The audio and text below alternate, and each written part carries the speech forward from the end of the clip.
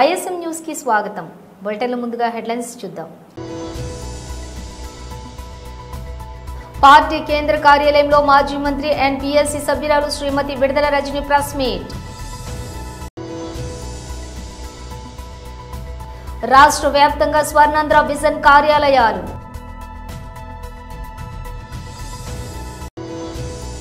BJP OBC Morcha జాతీయ అధ్యక్షులు, BJP parliamentary board సభ్యుడు ఎంపీ డాక్టర్ కె లక్ష్మణ్ ప్రసంగిస్తున్నారు. కాళేశ్వరం కమిషన్ విచారణ అనంతరం మీడియాతో మాట్లాడుతున్న మాజీ మంత్రి ఎమ్మెల్యే హరీష్ రావు. ఇక డీటెయిల్స్ చూస్తే పార్టీ కేంద్ర కార్యాలయంలోని మాజీ మంత్రి అండ్ పిఎస్సి సభ్యురాలు శ్రీమతి విడుదల రజని ప్రెస్ మీట్ నిర్వహించారు. మిస్సింగ్ అని చెప్పేసి వాళ్ళ పేరెంట్స్ జూన్ 3న అంటే 6 రోజుల కింద అక్కడ ఉన్నటువంటి లోకల్ పోలీస్ స్టేషన్లో ఆ అమ్మాయి మిస్సింగ్ అని చెప్పి కంప్లైంట్ ఇవ్వడం జరిగింది. ఆ కంప్లైంట్ ఇచ్చిన దగ్గర నుంచి చూస్తుంటే 6 days అంటే ఈ రోజున పోలీసులు ప్రిలిమినరీగా మనకేం చెప్తున్నారంటే, ఇప్పుడు తన పైన బీర్ సీసాలతో కొట్టేసి గాయాలతో తను చనిపోయింది అని చెప్పి ప్రిలిమినరీగా తెలుస్తుందని చెప్పి ఈ రోజున తను చనిపోయింది అని చెప్పి ఈరోజు ప్రకటించినటువంటి విషయం ఈరోజు రాష్ట్రంలో మనం అందరం చూస్తున్నాం. అంటే ఒక్కసారి ఆలోచన చేయండి, 6 రోజుల కింద ఇచ్చినటువంటి కంప్లైంట్ ఆ టైంలో మిస్సింగ్ అని ఒక ఎస్టీ బాలిక ఇంటర్మీడియట్ చదువుతోంది, తను మిస్ అయింది అని చెప్పి బాధతో పోలీస్ స్టేషన్ని అప్రోచ్ చేస్తే పోలీసులు వాళ్ళ యొక్క ఇర్రెస్పాన్సిబుల్ వల్ల, వాళ్ళ యొక్క కేర్లెస్నెస్ వల్ల ఈ రోజున 6 రోజుల తర్వాత తిరిగి చూస్తే తను షీఈస్ నో మోర్, తను చనిపోయింది. పోలీసులు కనుక ఇంత శ్రద్ధ పెట్టున్నా, ఒక స్పెషల్ టీమ్స్ని దింపి ఆ మిస్సింగ్ అమ్మాయి కోసం ట్రేస్ చేసున్నా ఈ దారుణం జరిగేది కాదేమో. ఈరోజు ఏమాత్రం కూడా పట్టించుకోనటువంటి పరిస్థితుల్లో మనం చూస్తే ఆ అమ్మాయి ప్రాణాలతో లేదు, ఆ ఫ్యామిలీ ఆ అమ్మాయిని కోల్పోయింది. I convey my deep condolences to her family members. అంటే ఒక్కసారి ఆలోచన చేయండి, స్పష్టంగా లా అండ్ ఆర్డర్ ఫెయిలియర్. ఇది పోలీసుల ఫెయిలియర్ కాదా అని నేను అడుగుతా ఉన్నాను. ఇప్పుడు ఏమన్నా అడిగితే 100 కారణాలు చెప్తారు, 100 కారణాలు స్టార్ట్ చేస్తారు. ఎందుకు స్టార్ట్ చేస్తారంటే వాళ్ళు ఫెయిల్ అయ్యారు కాబట్టి. ఈ పోలీస్ యొక్క ఫెయిల్యూర్ని కప్పిపుచ్చుకునేందుకు చేసేటువంటి ప్రయత్నంలో భాగంగా అనేక సాకులతో, కారణాలతో వాళ్ళు ఇక మొదలు పెడతారు. ఇదొక్కటే కాదు, రాష్ట్రంలో ప్రతిరోజు ఈ ఏడాదిగా ఎక్కడో అక్కడ ఏదో ఒక సంఘటన, ఇలాంటివి ఏదో ఒక ఇన్సిడెంట్ జరుగుతూనే ఉన్నాయి. ఈ ఏటి మీద కూడా ఈ యొక్క కూటమి ప్రభుత్వానికి ఏటి మీద కూడా ఇంట్రెస్ట్ లేదు. వేటిని పట్టించుకుందామని కానీ, అదుపు తప్పిన లా అండ్ ఆర్డర్ విషయంలో ఈరోజు పోలీస్ స్టేషన్లకు వెళ్తే ఏంటి పరిస్థితి? ఈరోజు ఒక కంప్లైంట్ ఇచ్చిన ఒక సామాన్యుడు ఆ కంప్లైంట్ తీసుకోవాలన్నా, ఆ కంప్లైంట్ కన్సిడర్ చేయాలన్నా ప్రతి చోట ఎమ్మెల్యే ఆఫీస్ నుంచి చెప్తే కానీ ఆ పోలీస్ స్టేషన్లో ఆ కంప్లైంట్ని, సామాన్య ప్రజలు ఇచ్చేటువంటి ఆ కంప్లైంట్ని కన్సిడర్ చేసే పరిస్థితి లేదు. ఈ కూటమి ప్రభుత్వం ఏర్పడ్డాక సామాన్యుడికి స్వేచ్ఛ లేదు ఈ రాష్ట్రంలో అని స్పష్టమవుతా ఉంది. ఇలాంటి పరిస్థితుల్లో ఎవరికి కూడా న్యాయం జరగట్లేదు. ప్రతి ఒక్కరూ సఫరర్సే, ప్రతి ఒక్కరూ విక్టిమ్స్గా ఈ కూటమి ప్రభుత్వం. రాష్ట్ర వ్యాప్తంగా స్వర్ణాంధ్ర విజన్ కార్యాలయాలు. అందరికీ నమస్కారాలు. ఇటు రాష్ట్ర స్థాయిలో ఉండే చీఫ్ సెక్రటరీ మొదలుకొని సహచార మంత్రివర్గ సభ్యుల దగ్గర నుంచి, అదే మరిగా జిల్లా స్థాయి కలెక్టర్ మొదలుకొని జిల్లా స్థాయి అధికార యంత్రాంగం, అంతేకాకుండా నియోజకవర్గంలో ఉండే ఈ విజన్ యాక్షన్ ప్లాన్ కార్యాలయానికి సంబంధించినటువంటి గౌరవ శాసనసభ్యులు, అదే మరి గౌరవ పార్లమెంట్ సభ్యులు, అంతేకాకుండా సభ్యులంతా కూడా పనిచేసే సిబ్బందికి అందరికీ నమస్కారాలు, అభినందనలు, శుభాభినందనలు. ఈరోజు మనం ఒక హిస్టారికల్ డేకి శ్రీకారం చుట్టాం. కొత్త ప్రభుత్వం వచ్చి 12వ తారీఖుకి 1 సంవత్సరం అవుతుంది. ఈ సంవత్సరం కంటే ముందే ఒక విజన్ తయారు చేసుకున్నాం. మనందరికీ స్వాతంత్రం వచ్చి 100 ఇయర్స్ పూర్తి చేసుకునే సందర్భం 2047. దీనికోసం భారతదేశం ప్రధానమంత్రి నరేంద్ర మోడీ గారి ఆధ్వర్యంలో వికసిత్ భారత్ 2047 ఒక విజన్ డాక్యుమెంట్ తయారు చేశారు.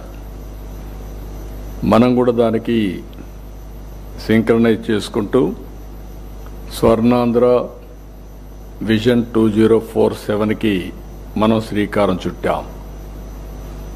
ఇందులో టాప్ 10 ప్రిన్సిపల్స్ మీరు ఒక్కసారి చూస్తే, పేదరికం లేని సమాజం, జీరో పావర్టీ, అదే సమయంలో P4, ఎందుకంటే ఆర్థిక అసమానతలు తగ్గించే లక్ష్యంగా P4 కూడా తీసుకొచ్చాం. ఇంకొక పక్క ఉద్యోగ కల్పన,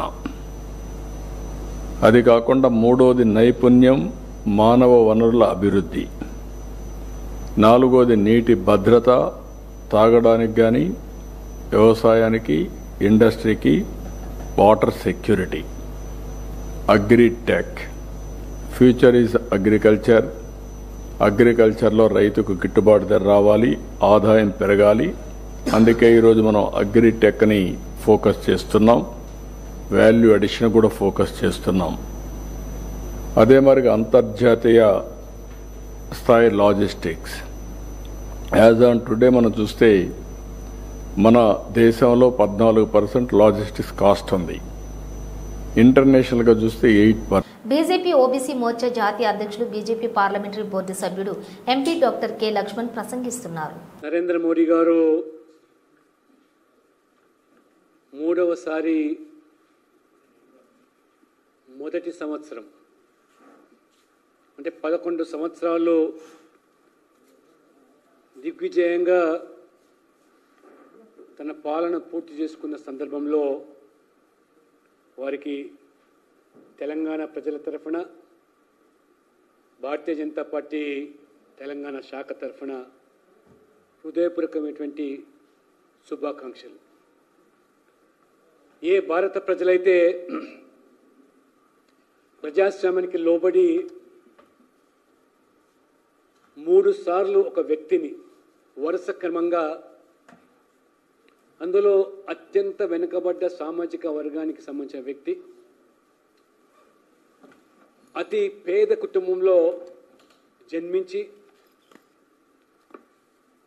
ఛాయ్ అమ్మి జీవితాన్ని గడిపినటువంటి వ్యక్తి మూడవసారి ప్రధానమంత్రి కావడం అనేది ఈ దేశ చరిత్రలో అది మొదటి వ్యక్తి నరేంద్ర మోడీ గారు.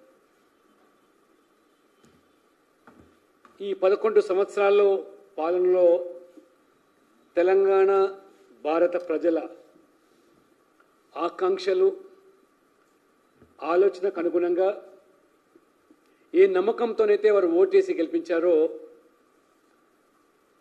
ఆ నమ్మకాన్ని ప్రజల్లో కల్పించడమే కాకుండా వారి విశ్వాసపాత్రుడై భారతదేశాన్ని ఈ 11 సంవత్సరాల కాలంలో అగ్ర దేశాల సరసన నిలబెట్టి, గతంలో ప్రపంచ దేశాల ముందు చేయి చాపే పరిస్థితి నుంచి అగ్ర దేశాలకు సైతం కూడా ఆపన్న హస్తంగా ఇవాళ ఆ స్థాయికి చేరుకోవడం అంటే ఒక విజనరీ లీడర్గా, ఒక ముందు చూపు ఉన్నటువంటి వ్యక్తిగా ఆ ఖ్యాతి నరేంద్ర మోడీ గారికి దక్కింది. నరేంద్ర మోడీ ప్రభుత్వము అభివృద్ధి, పేదల సంక్షేమము, దానితో పాటు ప్రజల విశ్వాసాలతో ముడిపడిన అంశాలకు ప్రాధాన్యతనిచ్చి, వారు ప్రధానమంత్రి కాకపూర్వం ఎక్కడో 10వ 11వ స్థానం ఉన్నటువంటి మన ఆర్థిక వ్యవస్థను వారు మన భారతదేశం యొక్క ఆర్థిక పరిస్థితిని సమర్థవంతంగా అనేక ఒడిదొడు. కాళేశ్వరం కమిషన్ విచారణ అనంతరం మీడియాతో మాట్లాడుతున్న మాజీ మంత్రి ఎమ్మెల్యే హరీష్ రావు, తమ్మిడిహట్టి నుంచి మేడిగడ్డకు ఎందుకు మార్చారు అనే దాని మీద చాలాసేపు డిస్కషన్ జరిగింది. దానికి నేను సవివరంగా సమాధానం చెప్పడం జరిగింది.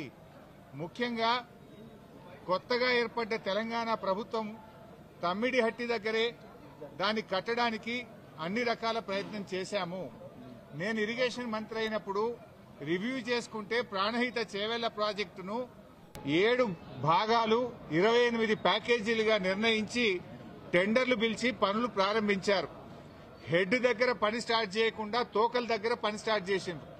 ఎక్కడైతే నీళ్లు డ్రా చేయాలో, ఎక్కడైతే తమ్మిడిహట్టి దగ్గర నుంచి నీళ్లు తేవాలో అక్కడ నుంచి పని ప్రారంభించకుండా ఎక్కడెక్కడో కాలువలు టన్నెలు తవ్వారు. సో నేను ఇరిగేషన్ మంత్రి అయిన తర్వాత రివ్యూ చేసి మరి ఈ ప్రాజెక్టులో ఆల్రెడీ ఖర్చు జరిగింది కదా, దీన్ని కొనసాగించాలని అప్పటి మహారాష్ట్ర కాంగ్రెస్ ప్రభుత్వానికి మేము కన్సల్ట్ చేశాం. హసన్ మిష్రిఫ్ గారు కర్ణాటక ఇరిగేషన్ మినిస్టర్గా ఉంటే ఆయన దగ్గరికి ప్రభుత్వం ఏర్పడ్డ నెల రోజులకే వెళ్లి మీరు దయచేసి మాకు అనుమతి ఇవ్వండి, మేము ఇక్కడే మహారాష్ట్ర ప్రభుత్వానికి మేము కోరాం, దయచేసి మాకు అనుమతి ఇవ్వండి, మేము మా వాళ్ళు మాకంటే ముందున్న ప్రభుత్వం మరి తమ్మిడిహట్టిని నిర్ణయించుకొని ఆల్రెడీ పనులు ప్రారంభించారు, 28 ప్యాకేజీలకు టెండర్లు పిలిచారు, మమ్మల్ని ఇక్కడ కట్టుకోవడానికి అనుమతి ఇవ్వండి అని అప్పటి మహారాష్ట్ర కాంగ్రెస్ మంత్రి నీటిపారుదల శాఖ మంత్రి హసన్ మిష్రిఫ్ గారిని కోరాం. ఆ మినిట్స్ ఆఫ్ ద మీటింగ్ కూడా కమిషన్ కి అందించాను. ఆనాడు ఇరిగేషన్ మంత్రిగా ఉన్నటువంటి మిష్రిఫ్ గారు చాలా స్పష్టంగా ఏం చెప్పిందంటే, మేము 7 ఏళ్లుగా ఇక్కడ కట్టడానికి ఒప్పుకోలేదు, మా రాష్ట్రంలో ధర్నాలు ఉద్యమాలు జరుగుతా ఉన్నాయి, మేము 152 మీటర్ల దగ్గర ఒప్పుకోలేము, ఈ విషయం మీద మా ముఖ్యమంత్రి పృథ్వీరాజ్ చౌహాన్ గారు మీ ముఖ్యమంత్రి కిరణ్ కుమార్ రెడ్డికి ఇప్పటికే లేఖ రాశారు అని ఆ లేఖ నాకు అందించారు. ఆ లేఖని ఇప్పుడు కమిషన్ దృష్టికి తీసుకుపోయాను నేను. ఆ లేఖలో ఏముందంటే, మీకు మీరుగా నిర్ణయించుకొని పనులు ప్రారంభిస్తే మీరు చేసే ఖర్చు, మీరు చేసే డబ్బు ఏదైతే ఖర్చు చేస్తుందో అదంతా వృధాగా మారే అవకాశం ఉంది అని పృథ్వీరాజ్ చౌహాన్ గారు మన రాష్ట్ర ముఖ్యమంత్రికి రాసిన లేఖను ఆనాటి కాంగ్రెస్ మంత్రి నాకు ఇచ్చారు. అంటే మీరు ఇట్లా పోతున్నారు, తప్పు అనే విషయం, ఆ విషయం కూడా కమిషన్ దృష్టికి తీసుకుపోయాం. ఎట్ ద సేమ్ టైం ఒక 5-6 మీటింగ్లు జరిగినాయి మహారాష్ట్ర తెలంగాణ మధ్య. 5-6 మీటింగ్లు మినిస్టర్ లెవెల్లో, ఇంజనీర్ల లెవెల్లో, ఫైనల్ గా ముఖ్యమంత్రి కేసీఆర్ గారు స్వయంగా మహారాష్ట్రకు వచ్చి మహారాష్ట్ర ముఖ్యమంత్రి ఫడ్నవీస్ గారితో జరిగిన చర్చల మొత్తం సారాంశాన్ని వారికి చెప్పే ప్రయత్నం చేశాం. తెలుగు సినీ ప్రేక్షకులకు super star Mahesh Babu young hero Akhil Akkineni పెళ్లి రిసెప్షన్ లో తన అల్ట్రా కూల్ లుక్ తోటి అందరినీ ఆకర్షించారు. భారీ సంఖ్యలోని అభిమానులను కలిగిన ఆయన తనదైన స్టైల్లో ఎప్పుడూ వార్తల్లో నిలుస్తూ ఉంటారు. ఈ కార్యక్రమానికి ఆయన తన భార్య నమ్రత, కుమార్తె సితారతో కలిసి హాజరై ప్రత్యేక ఆకర్షణగా నిలిచారు.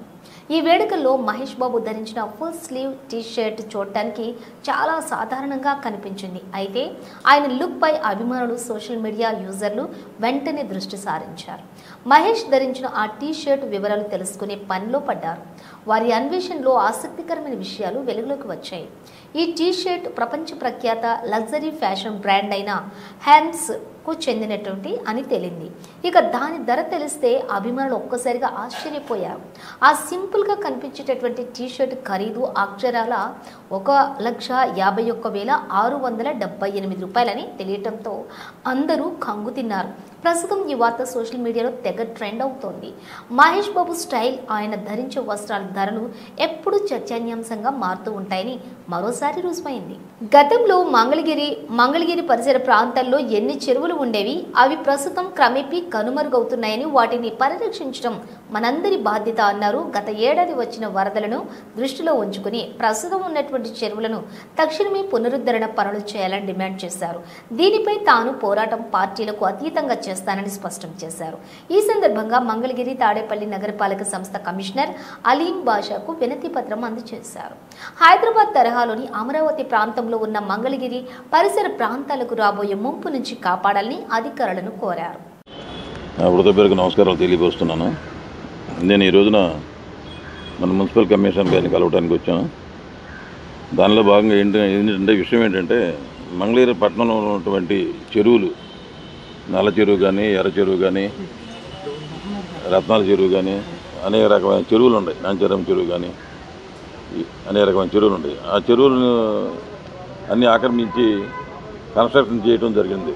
మొన్న జరిగినటువంటి లాస్ట్ మంత్ జరిగినటువంటి వర్షాలకి, వరదలకి మునిగిపోయి అవన్నీ నిండిపోవడం కూడా మీ ప్రజలందరూ చూసిన విషయం.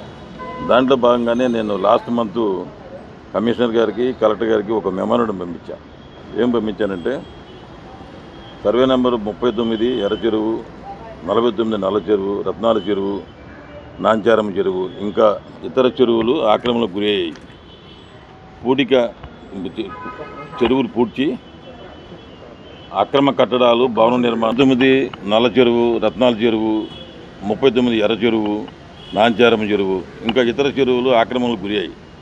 చెరువులు పూడ్చి అక్రమ కట్టడాలు, భవనాల నిర్మాణం చేపట్టడం వలన కొండవాకు కానీ మరి వర్షపు నీరు కానీ వచ్చి బయటకు వెళ్ళే మార్గం లేక టౌన్ అంతా మునిగిపోయే పరిస్థితి ఏర్పడుతూ ఉంది. దానిలో భాగంగానే 40 సంవత్సరాల క్రితం మంగళగిరి పట్టణంలో అనేక రకమైన చెరువులు ఉన్నాయి. ఇక్కడ 40 సంవత్సరాల క్రితంకి ఇప్పటికీ తేడా లెక్కేసుకుంటే చెరువులన్నీ ఆక్రమించి అక్రమ కట్టడాలు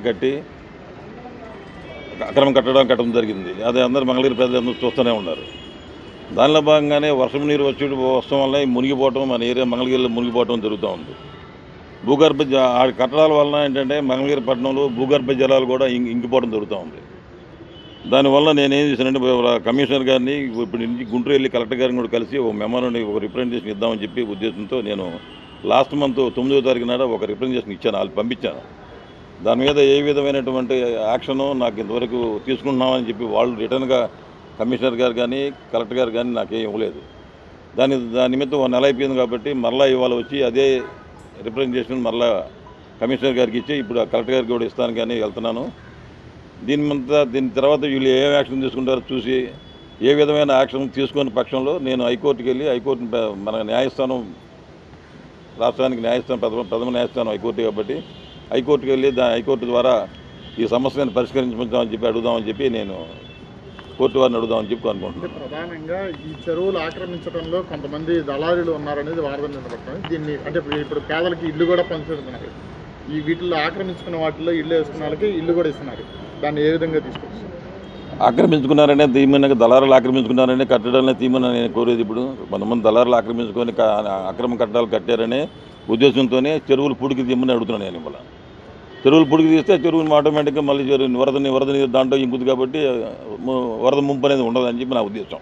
దుబ్బాక నియోజకవర్గంలో ఆత్మ కమిటీ చైర్మన్ గా గాంధారి నరేందర్ రెడ్డి మరియు ఆత్మ కమిటీ డైరెక్టర్లుగా పాలకవర్గం ప్రమాణ స్వీకారం చేయడం జరిగింది.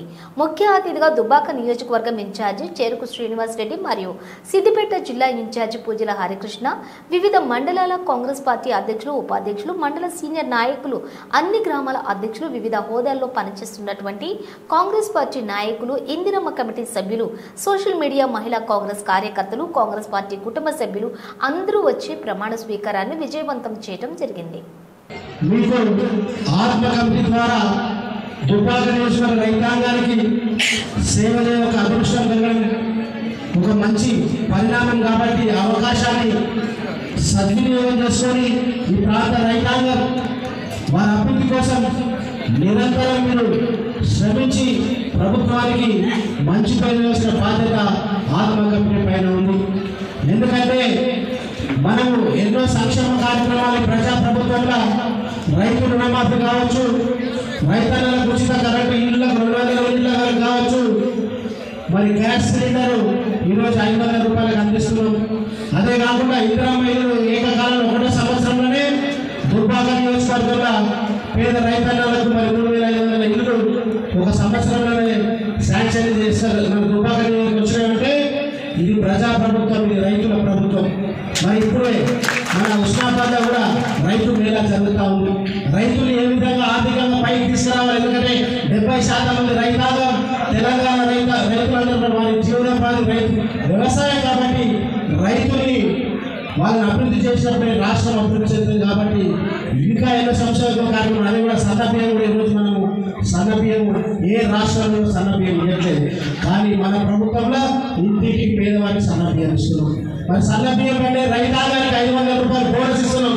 ఇన్ని పథకాలు మన రైతుల దగ్గర పోయి కాంగ్రెస్ ప్రభుత్వం ఏ విధంగా రైతులకు కార్యక్రమాలు తీసుకొచ్చిన మీరందరూ కూడా రైతుల్ని చైతన్యపరచాల్సిన అవసరం ఉంది. ఎందుకంటే రైతులు చైతన్యవంతమైనప్పుడు ఈ ప్రజా ప్రభుత్వం 4 కాలాల పాటు చల్లగా ఉంటే 20 ఏళ్ళు ఈ ప్రజా ప్రభుత్వం ఉంటే రైతులందరూ కూడా చల్లగా పడుతున్నారు. కాబట్టి శ్రమను తీసుకొని రైతాంగం ఎక్కడ సమస్య వచ్చినా ముందుండి మరి వారి సమస్యలను తీసుకుని అధికారుల దృష్టి తీసుకుపోయి మరి మంత్రుల దృష్టికి పోయి వారి యొక్క అభివృద్ధి కోసం మేము పాఠాలను మనస్ఫూర్తి కోరుతున్నాం. అంతేగాని రాబోయే స్థానిక సంస్థల ఎన్నికల దుబ్బాక నియోజకవర్గం అన్ని ఎంపీటీసీ కావచ్చు, సర్పంచ్ కావచ్చు, జెడ్పీటీసీ కావచ్చు గెలిపించాల్సిన బాధ్యత మనందరిపైన ఉంది, మీ అందరిపైన ఉంది. గ్రామాలు తిరగండి.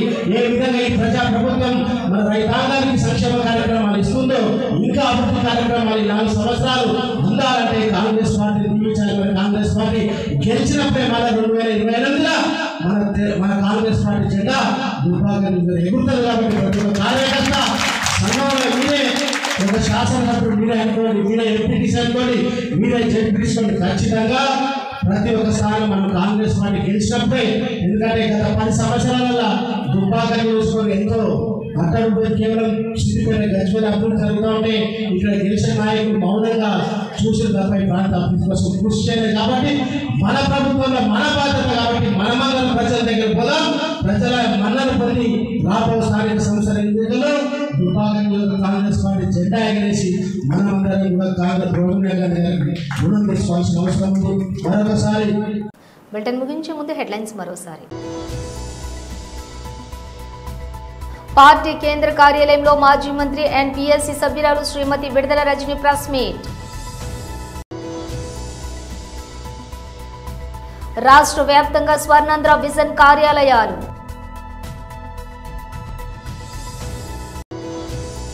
బీజేపీ ఓబీసీ మోర్చా జాతీయ అధ్యక్షులు, బీజేపీ పార్లమెంటరీ బోర్డు సభ్యుడు ఎంపీ డాక్టర్ కె లక్ష్మణ్ ప్రసంగిస్తున్నారు. కాళేశ్వరం కమిషన్ విచారణ అనంతరం మీడియాతో మాట్లాడుతున్న మాజీ మంత్రి ఎమ్మెల్యే హరీష్ రావు. ఇవి బులెటిన్ విశేషాలు. మరో బులెటిన్తో మళ్ళీ కలుద్దాం.